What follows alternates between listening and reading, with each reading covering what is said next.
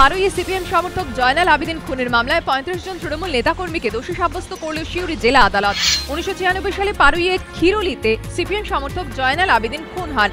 তাকে নির্মমভাবে লাঠি, বাঁশ ও ধারালো অস্ত্র দিয়ে কুপিয়ে ও পিটিয়ে হত্যা করা হয়। তদন্তে নেমে ৩৫ জন আরএসপি সমর্থককে গ্রেফতার করে পুলিশ। ধৃতরা প্রথমে আরএসপিতে থাকলেও পরবর্তীকালে ৩৫ জনের তৃণমূলে যোগ দেয়। তাদের মধ্যে বীরভূমের কসবা অঞ্চলের এক তৃণমূল সহ সভাপতিও রয়েছে। এতদিন ওই ৩৫ জন জামিনে মুক্ত ছিলেন। সোমবার সিউড়ি জেলা আদালতে মামলা শুনানিতে ৩৫ জনকে দোষী সাব্যস্ত করেন অতিরিক্ত জেলা বিচারক শুভ্রদীপ মিত্র। মঙ্গলবার সাজা ঘোষণা করবে আদালত। দোষী সাব্যস্ত ৩৫ জন তৃণমূল নেতাকর্মী এদিন আদালতে উপস্থিত ছিল। তাদের জেল হেফাজতে পাঠানো হয়। শারদাকাণ্ডে এবার সরাসরি মেয়র শোভন চট্টোপাধ্যায়কে জিজ্ঞাসাবাদের দাবি তুললেন কংগ্রেস কাউন্সিলর প্রকাশ উপাধ্যায়। ২৪শে এপ্রিল ইডির দপ্তরে গিয়ে শারদা এবং তৃণমূল পরিচালিত কলকাতা পুরসভার যোগ সাজসের অভিযোগ করেন প্রকাশ উপাধ্যায়। তিনি দাবি করেন ৪৫৫ নম্বর ডায়মন্ড হারবার রোডে শারদার একটি অফিস রয়েছে। সেই একটি ঠিকানায় ৪৩টি ট্রেড লাইসেন্স ইস্যু করেছিল কলকাতা পুরসভা।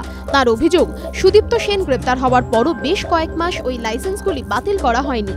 এর পরিপ্রেক্ষিতে এদিন কলকাতা পুরসভার মেয়রকে জিজ্ঞাসাবাদের দাবি তুললেন প্রকাশ উপাধ্যায়। ২৪ তারিখ প্রকাশ উপাধ্যায় যে অভিযোগ জানিয়েছিলেন তার প্রেক্ষিতেই এদিন সকালে তাঁকে ডেকে পাঠিয়েছিল ইডি। এদিন প্রায় ১.৫ ঘন্টা সল্টলেকের ইডির দপ্তরে ছিলেন তিনি।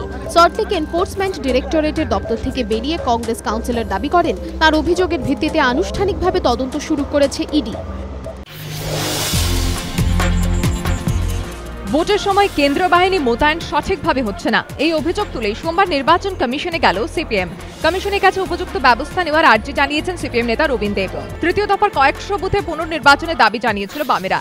সেই দাবি খারিজ করে দিয়েছে কমিশন। এদিন রবীন দেব জানান বিষয়টি জাতীয় নির্বাচন কমিশনের কাছেও জানিয়েছেন তারা। এদিকে এদিন লালবাজারে পুলিশ কমিশনারের সঙ্গে দেখা করে কলকাতা জেলা বামফ্রন্টের একটি প্রতিনিধি দল।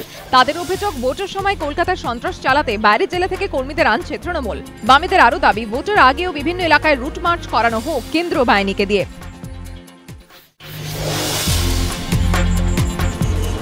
৮ তারিখ পাক সার্কাস ময়দানে রাহুল গান্ধীর সভার অনুমতি দিল না তৃণমূল পরিচালিত কলকাতা পুরসভা। প্রতিবাদে নির্বাচন কমিশনে যাচ্ছে কংগ্রেস। ২৫শে মার্চের পর ফের ৮ তারিখ রাজ্যে ভোট প্রচারে আসছেন কংগ্রেস সহসভাপতি রাহুল গান্ধী। ওই দিন কলকাতা ও ডেবরায় সভা করবেন তিনি। কলকাতায় পাক সার্কাস ময়দানে রাহুল গান্ধীর সভার জন্য পুরসভার কাছে অনুমতি চেয়েছিল কংগ্রেস। সোমবার এই নিয়ে পুরো কমিশনার খলিল আহমেদের সঙ্গে কথা বলতে যান কংগ্রেস নেতা প্রদীপ ঘোষ। তার দাবি, পুরসভা জানিয়েছে পাক সার্কাস ময়দান রাজনৈতিক উদ্দেশ্যে ব্যবহার করা যাবে না। এই পরিস্থিতিতে শহীদ মিনারে রাহুল গান্ধীর সভার কথা ভাবছে কংগ্রেস। সোমবার শহীদ মিনার চত্বর ঘুরে দেখেন কংগ্রেস নেতা প্রদীপ ঘোষ। এসপিজি আধিকারিকদের সঙ্গেও কথা বলেন তিনি। প্রদীপ ঘোষের অভিযোগ, রাজনৈতিক অভিসন্ধি থেকেই পাক সার্কাস ময়দানে রাহুল গান্ধীর সভার অনুমতি দিল না তৃণমূল পরিচালিত কলকাতা পুরসভা।